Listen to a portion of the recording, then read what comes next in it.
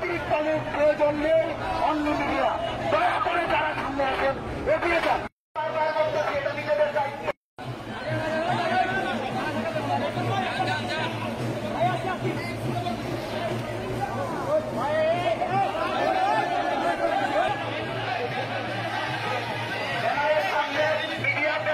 সামনে যাওয়ার দরকার নেই। সিনিয়র নেতৃবৃন্দ ব্যানার ধরে আছে এদের সামনে।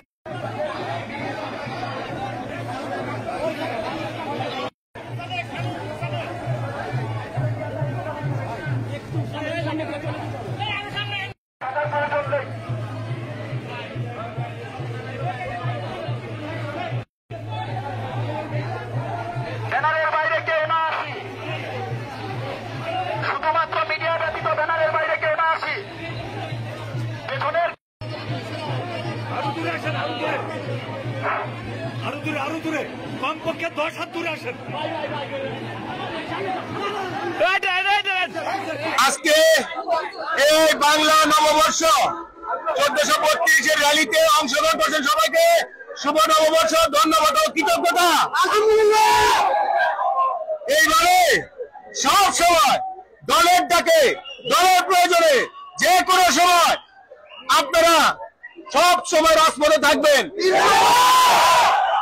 আমরা সাভারে দীর্ঘদিন যাবৎ রাজনীতি করতেছি, সেই 96 সাল থেকে আজকে পর্যন্ত। এই সাভারে বিএনপির রাজনীতি করতে গিয়া হামলা মামলা,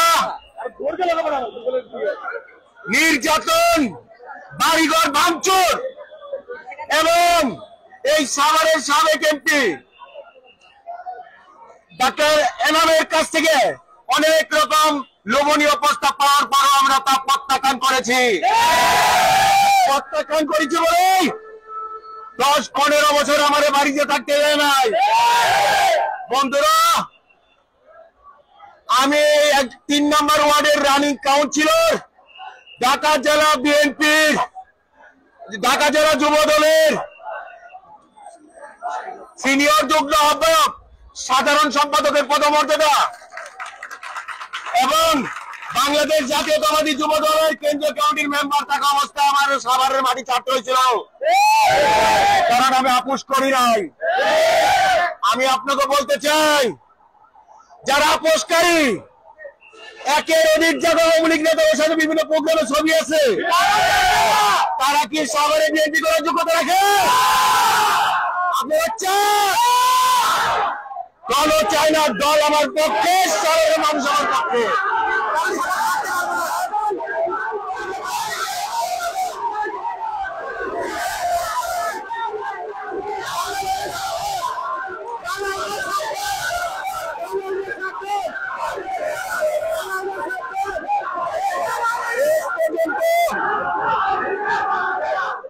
শেষ পর্যন্ত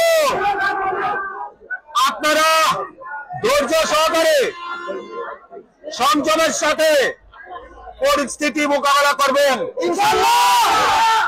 আমি রাজপথের মানুষ, রাজপথে আমার ঠিকানা, কারো হুকুমের গোলাম না। কিন্তু আমি সাভারের মানুষের সেবক হইতে চাই, সাভারের মানুষের সেবক।